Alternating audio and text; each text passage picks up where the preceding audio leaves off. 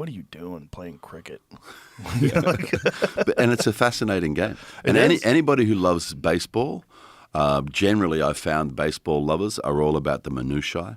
They're all about the stats and what those stats mean. You know, there might be a certain score on the board, but their team might be getting beaten, but they see in the stats that there's a certain dominance in an area, and so they still have a hope that the outcome of the game may come their way. And cricket fans are the same as that. So the fact that the two never seem to meet is odd to me. It is because odd. It's the same type of game. Cricket is larger worldwide, right? Mm-hmm. Much larger. Yeah, well, you have India and Pakistan Yeah. and Sri Lanka and countries like that with huge populations playing the game. Do you guys have home runs in cricket? Like where someone really cracks the ball and It's called a smashes it out of the six. park? It's called a six. If you hit the ball over the fence without it bouncing, you get 6 runs. And that's the Does that version happen of a often? home run. There's different forms of the game. You have T20, then you have 1 day. So this is going to be difficult. T20 means that each team gets to bowl 20 overs. An over is 6 balls. So you have 26 ball overs that you're bowling to the batting team, and they've got to try and get as many runs as they can. Okay. And then you will have a go at batting, right? So you have that version of the game, which is very short. It can happen in an evening.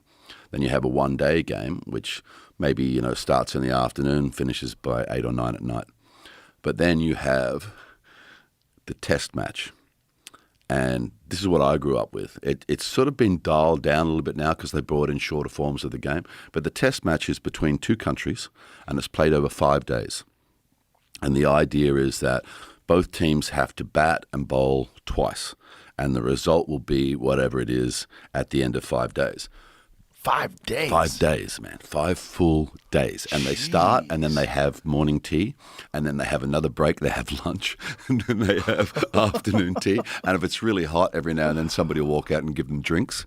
It's very civilized. My cousin Martin was a great cricket player. He was the captain of New Zealand. My other cousin Jeffrey was also captain of New Zealand. So I kind of grew up in a cricketing family, and it was one of the pathways for me. There was, potentially play cricket, But when you've got 2 of your cousins who are as good as they were, it's a very crowded room.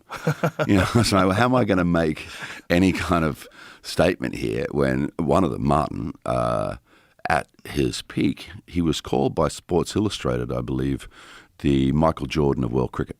Wow. He was a very dominant player in his day. And we used to discuss test matches as the gentleman's war, because you have a defined space.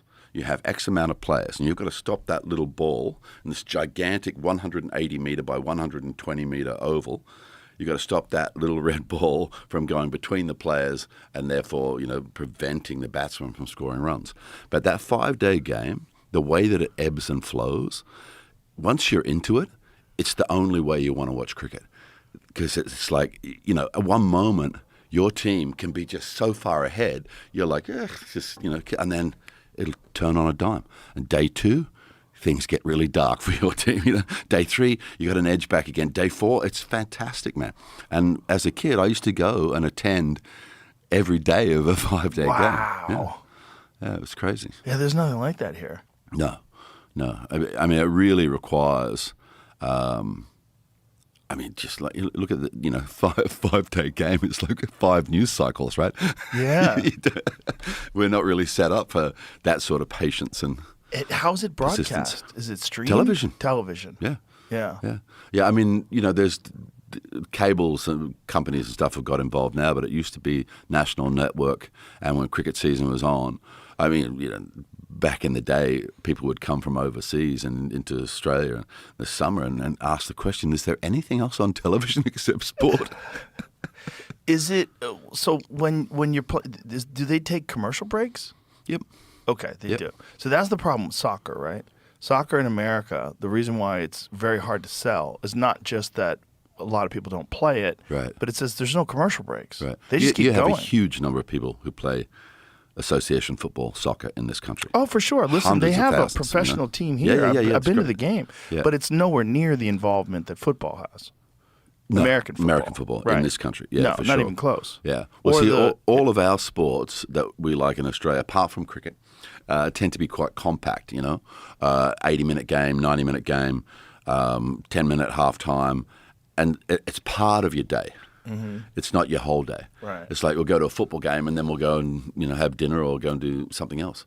So we have that same thing where the action is so continuous that the idea of stopping for a commercial break gets quite tricky. Yeah, that makes sense.